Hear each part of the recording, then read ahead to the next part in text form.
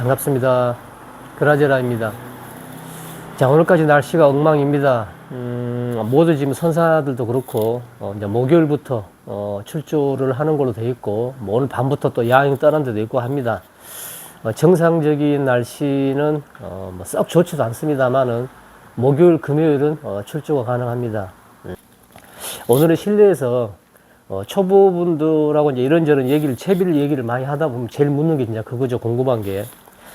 기본적으로 우리가 다 구멍찌라든지, 발포찌, 목줄찌, 그 다음에 제로찌에 관련 이제, 제로 알파, 제로 C, 투제로, 포제로, 막 쓰리제로 가는 게 있는데, 이런 것들은 기본적으로 어느 정도 다들 압니다만은, 우리, 뱅에꾼도만 뿐만 아니라, 모든 낚시꾼들이 좀 고리찌를 잘 쓰지를 않습니다.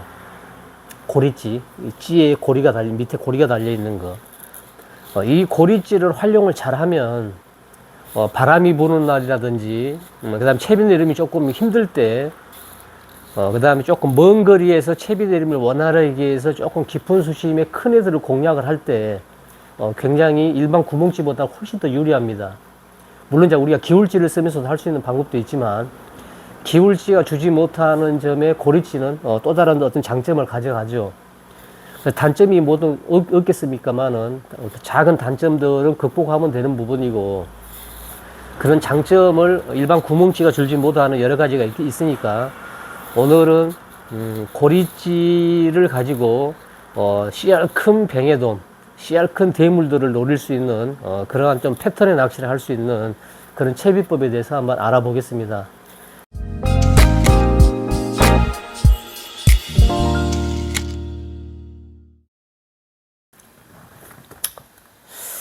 자, 고리찌에 대해서 설명을 한번 드리겠습니다. 몇 가지 소품이 없는 것은 현재 사서 가져왔는데, 제가 기존에 썼던 제로 고리찌, 이런 것도 있었고, 지금 영상 속에 보이는 것은 우리가 쉽게 찾아볼 수 있는 그러한 소품들입니다. 이건 지금 찌 홀더죠. 찌 홀더.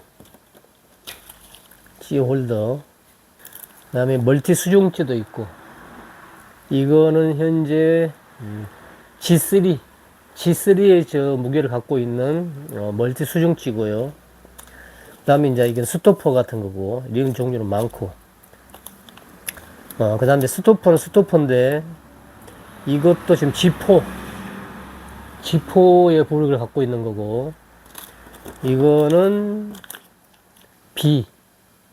이렇게 G4부터 쭉 있습니다. B까지. 그렇게 보여드리려고 잠깐 그 두 개를 구입한 것 같고요. 자, 이렇게 가장 기본적인 소품을 가지고, 우리가 현재 잘 쓰지 않는, 이 고리찌 채비를, 한번 설명하겠습니다. 가장 기본적인 것부터, 짚고 넘어가 보죠.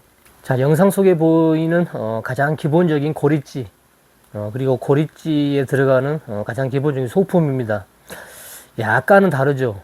그렇게 작은 변화를 줘서, 조금은 더 편하고, 그 다음에 원하는 대상어종의 씨알을 조금 더 굵게 노릴 수 있다면 약간의 변화를 주는 것도 현명한 방법이라 봅니다. 그래서 채비를 하면서 소품의 어떤 그 미세한 차이점이 어떤 건지 한번 알아보고 그렇게 하겠습니다. 일반 구멍찌는 현재 이렇지 않습니까? 그죠? 원줄이 이렇게 구멍을 통과해서 이렇게 만들어지는 게 우리가 알고 있는 구멍찌인데, 자, 고리찌는 찌에 홀이 없습니다. 홀이 없는 대신에 밑에 고리가 있죠. 보통은 이렇게 찌 홀더라는 게 나오죠. 찌 홀더가 나오고, 이 찌 홀더 사이로 원줄이 통과가 되고, 그 다음에 이 고리는 구멍찌 밑에 있는 고리찌에 거는 거죠. 요 정도는 다 아실 거고요. 자, 이렇게 빼서 이렇게 채워주면 됩니다. 자, 그러면 이렇게 되는 거죠. 이렇게. 자, 고리찌 구멍찌 하단에 찌 홀더 이렇게 채우고, 여기에 원줄을 이렇게 통과하면 됩니다. 이렇게. 자, 그러면 이게 실제적으로 채비가 이제 시작되는 거죠. 자, 영상에 보는 현재 고리찌, 그 다음에 구멍찌. 자, 가장 기본적인 현재 채비입니다.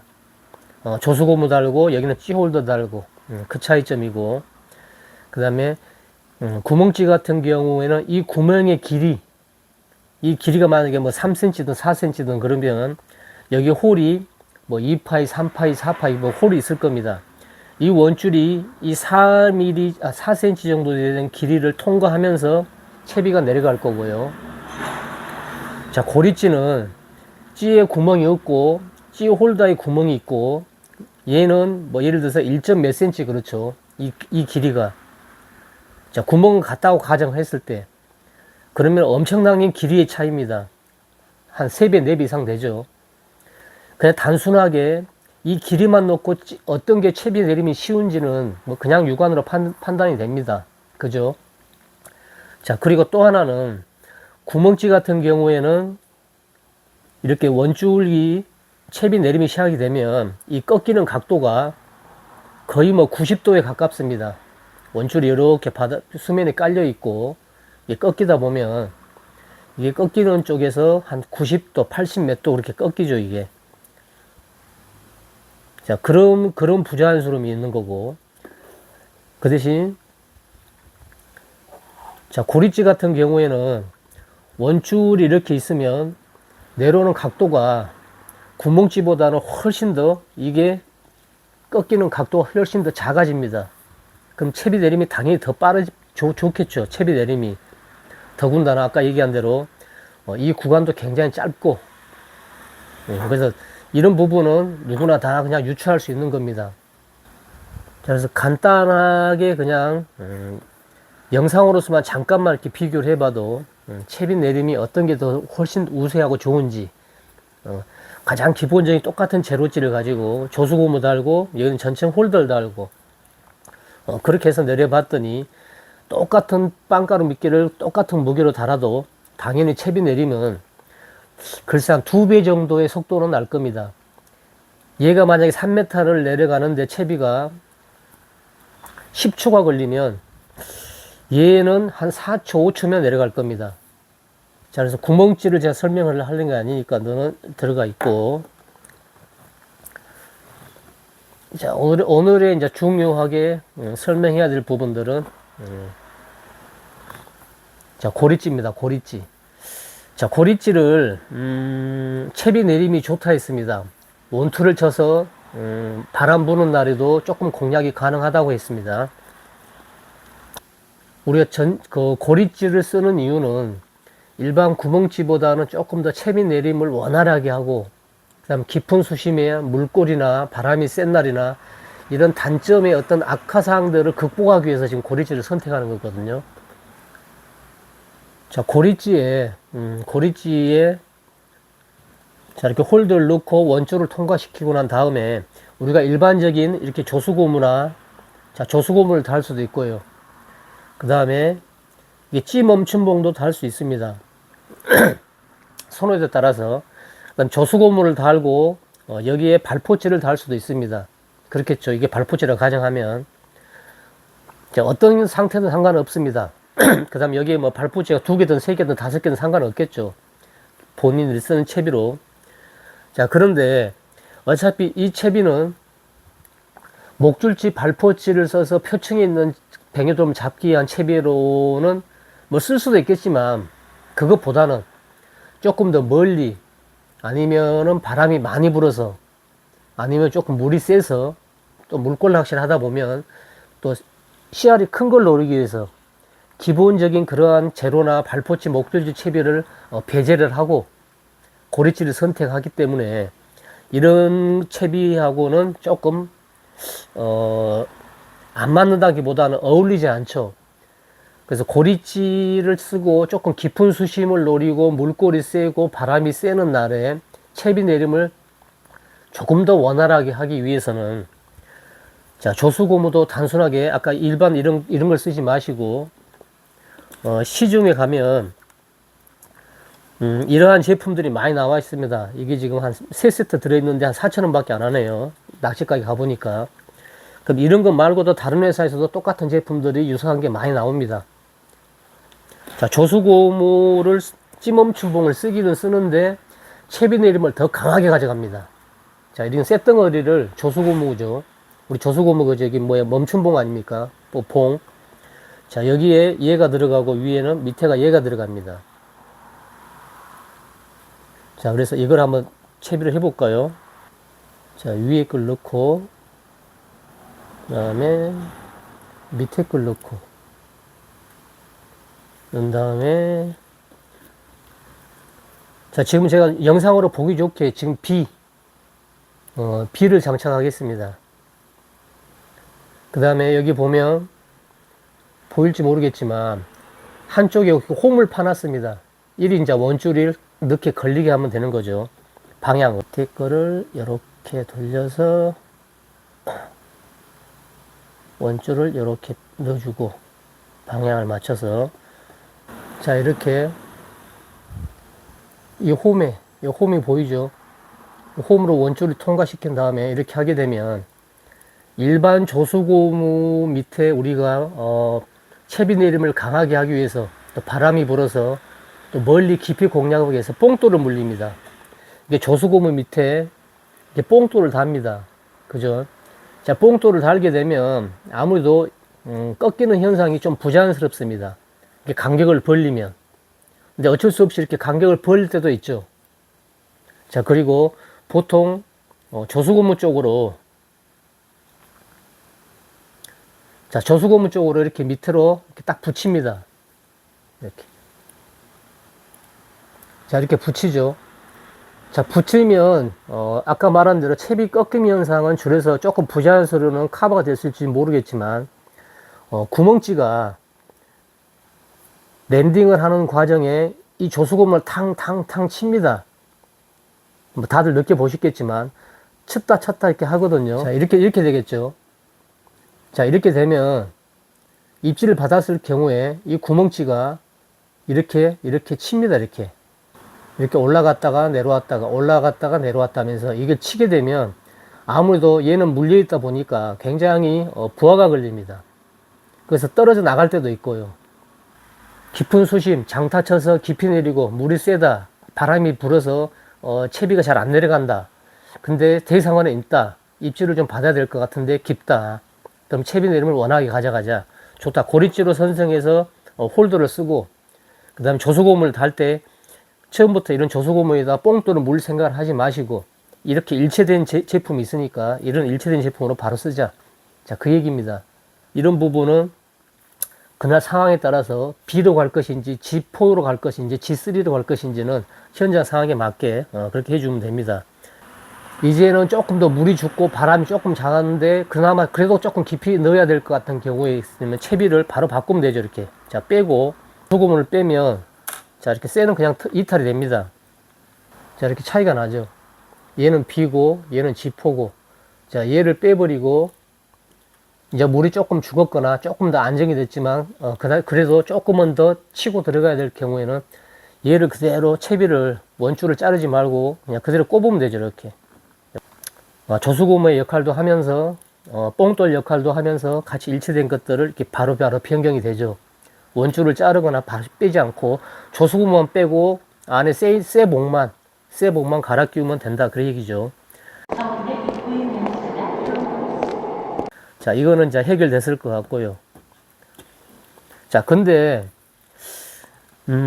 이러한 부분도 또 별로 싫어하시는 분이 있습니다.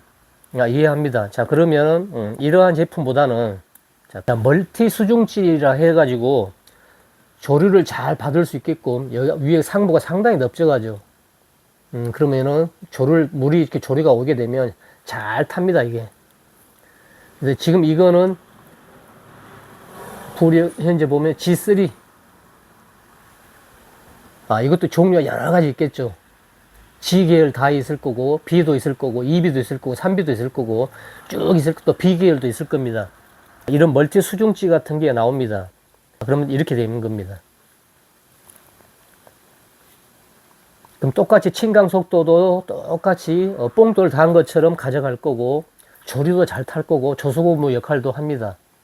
그 다음에 입질이 들어오게 되면 육안으로 판단이 되는 정도의 수심으로 내려갈 경우에는 얘도 우리 일반 발포치처럼 멋지게 내려갑니다. 자, 근데 깊은 수심을 노리고 아보는 장치를 하지 않으면 무게가 무겁다 보니까 바닥권까지 내려가서 채비 바늘이 바닥을 닿기 때문에 채비의 손실, 터짐도 있을 수 있습니다. 이게 워낙 약하다 보니까 줄 같은 것은 뱅이가 그렇지 않습니까? 자, 그래서 만약에 한 10m 정도 수심에서 내가 낚시를 한다, 또는 5m에서 한다 그러면 우리가 바닥 5m까지는 할 필요 없지 않습니까? 그럼 4m까지만 내려가고 더 이상 내려가지 못하게끔 여기에 면사가 반달을 걸면 됩니다. 이해하시겠죠? 그건 제가 보여드리지 않고 그냥 생략을 하겠습니다. 내려가기가 힘들어서 그렇지 내려만 가면 거기서 입질을 한다. 그러면 저번에 설명드린 이것은 제가 빼놨으니까 그냥 바로 한번 하겠습니다. 자, 위에다가 자, 찌 위에 이런 스토퍼를 하나 달든가 뭐 발포치를 달아도 돼도 뭐건 상관없습니다. 시인성을 확보하기 위해서 그러는 거니까. 그 다음에 더 이상 내려가면 찌에 찌 홀더에 딱 걸려서 내려가지 않게 하는 역할이죠. 자, 이제 채비가 뭐 거의 다 완성이 됐습니다. 자, 원줄에 자, 찌 스토퍼 뭐 또는 발포치 뭐 아무거나 상관없습니다. 육안으로 볼 수 있고, 그 다음에 찌 홀더의 수심까지 내려가서 찌 홀더에 걸려서 더 이상 내려가지 않게끔 하는 역할. 그 다음에 입질이 오게 되면 나름대로 찌가 내려가더라도 얘가 또 뒤에 따라 내려가니까 뭐 그런 것까지도 육안으로 다 볼 수가 있고요. 찌 홀더를 달았고, 그 다음에 얘는 G3에 대한 수중찌입니다. 조류도 잘 타고 뽕돌까지 가미가 된 그런 거고, 그 다음에 아까 얘기한 대로 이렇게 쓸 수도 있고 이렇게 쓸 수도 있고. 그 대신 얘는 잡아주는 게 없이 그냥 흘러내려가 버립니다. 자, 그럴 때는 얘를 밑에 잡아줘야 되겠죠. 자, 그럴 때는 이런 그 민물용 찌 멈춤 이런 게 다 아시니까, 자, 이런 걸로 하나를 잡아주면 됩니다. 원줄을 통과시키고 얘를 쭉 빼주면은 이렇게 들어가죠. 이렇게. 자, 그럼 이제 같이 내려가는 겁니다. 더 이상 밑으로 흘러내리지 않고. 자, 이렇게 일체형, 원줄로 돼서 일체형으로 캐스팅해서 채비 꼬이면 훨씬 더 덜 하겠죠, 얘가. 근데 얘는 원줄 밖으로 이렇게 하나가 튀어나갈 수 있지 않습니까? 자, 이렇게 원줄 밖으로 하나 튀어나갔기 때문에 얘가 채비 꼬임이 훨씬 얘보다는 심합니다. 심하다 해가지고 뭐 낚시 못할 정도는 아닌데 횟수가 이렇게 많을 수 있다는 얘기죠. 그래서 채비 정렬이라든지 서밍이라든지 모든 것들은 두 개 다 똑같이 필요하지만 얘는 유독 신경을 써야 됩니다. 이걸 쓰는 이유는 아까 얘기한 대로 한 3m, 4m 그 정도, 얘가 초리대까지 올라가서 릴링하지 않고 드롭봉이 가능한 어쨌든 그 정도 수심까지는 이런 걸 장착하는 게 좋고요. 4m, 5m, 6m에서 점점 깊이 내려갈 때는 얘가 힘들죠. 왜냐면 얘가 올라가면서 초리대 다 하니까. 그렇죠. 그 정도 수심일 때는 이 채비가 아니고 면사를 줄을 쓰고 그 다음에 반달 구슬이나 아니면 그냥 구슬 그런 걸로 해가지고 닿게 하는 방법, 그렇게 선택을 하셔야 됩니다. 자, 이 상태에서 캐스팅이 이루어지는데 이렇게 이루어지다 보니까 뱅뱅뱅 돌죠. 이렇게 채비하다 보면. 예. 그러다 보면 꼬이거나 또 목줄이나 이렇게 캐스팅 이렇게 하다 보면 얘가 뒤로 이렇게 돌아가면서 이 걸죠. 이렇게 고리를. 그래서 여기에 많이 걸릴 수 있습니다. 바늘이. 그래서 그런 부분만 해결되면 캐스팅 시 별로 큰 어려움 없이 재밌게 낚시할 수 있습니다. 자, 이해하셨죠? 자, 오늘은 잘 사용하지 않는 고리찌를 조금만 더 활용을 하고 그 다음에 소품들만 조금만 한두 개만 추가하게 되면 깊은 수심, 그 다음에 바람이 셀 때, 그 다음에 조금 더 큰 대물을 놀릴 때, 그럴 때 일반 구멍찌나 기울찌가 가져가지 못하는 그러한 어떤 장점으로 조금 더 즐거운 낚시를 할 수 있는 그러한 채비법에 대해서 알아봤습니다. 자, 멤버십을 제가 자꾸 그 강조를 하면서 하는 이유가, 조금 이제는 제가 조금 더 살갑게, 세부적으로, 뭔가는 좀 디테일하게, 그렇게 할 수 있는 분들을, 조금 모십니다.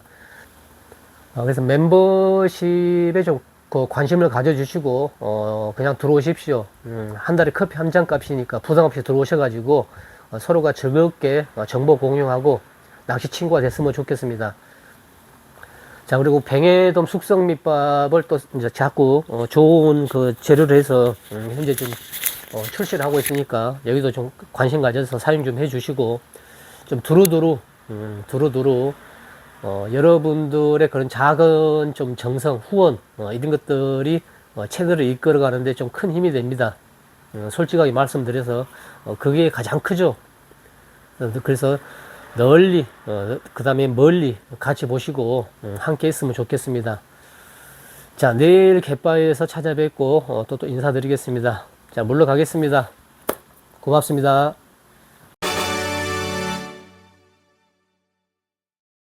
어우, 많이 잡았다. 이게 시간 전